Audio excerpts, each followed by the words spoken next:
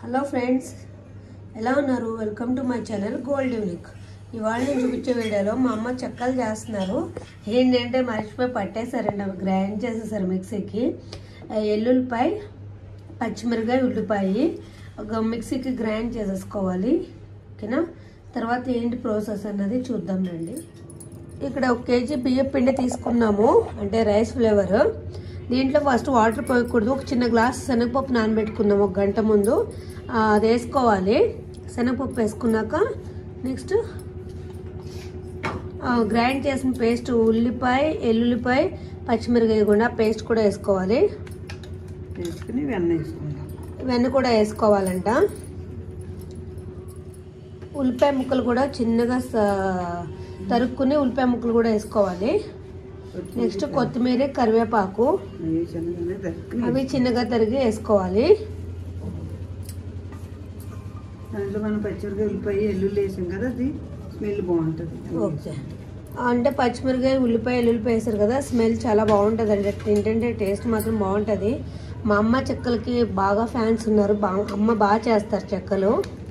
చాలా అందరికీ, మా ఫ్యామిలీలో అందరికీ చాలా ఇష్టం అమ్మ చేసిన చెక్కలు అంటే. ఏంటంటే మా దగ్గర ఇంట్లో చేసిన వెన్న లేదు, అందుకు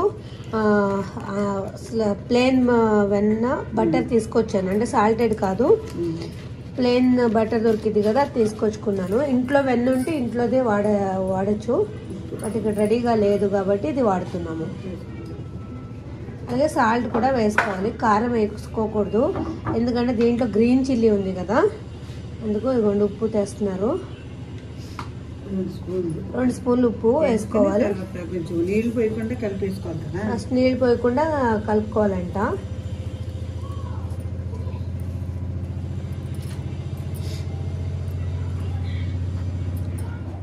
ఇక్కడ పిండి మొత్తం మిక్సింగ్ చేసేసారు చూడండి. ఉల్లిపాయ, కరివేపాకు, కొత్తిమీర అన్ని. ఏంటంటే దీనికి మెజర్మెంట్స్ లేవు.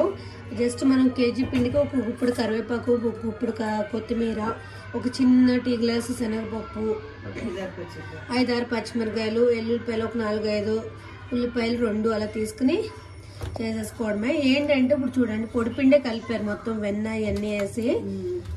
ఉప్పు కూడా ఇప్పుడు చూసుకుని సరిపోతే మళ్ళీ వేసుకోవాలి. ఏంటి పొడిపిండిలోనే వెన్న కూడా ఒక గుప్పెడు చూపించారు కదా, వేసుకుంటే చాలా బాగుంటది.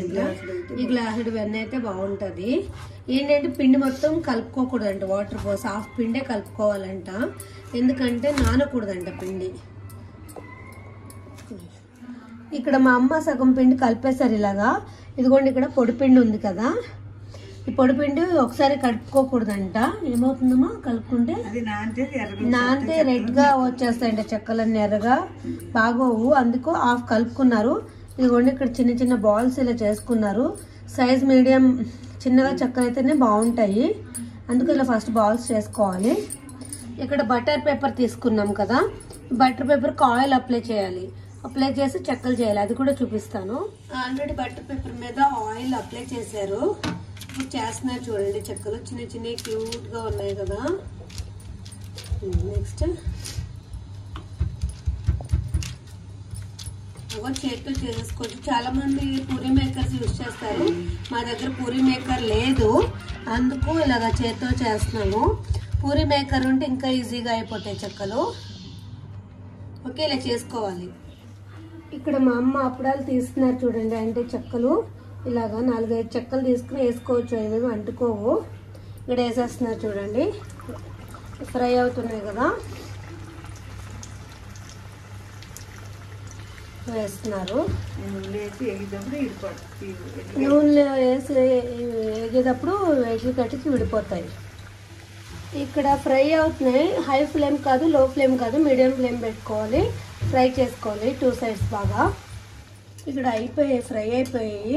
మరీ రెడ్ కాదు, మరీ వైట్ కాదు, మీడియం కలర్. ఇలా వస్తే చాలా బాగుంటాయి టేస్ట్ కూడా. ఓకేనా? ఫ్రై చేసుకుని తీసేస్తున్నాము. ఇక్కడ చెక్కలు అయితే రెడీ అయిపోయి సూపర్ ఉన్నాయి.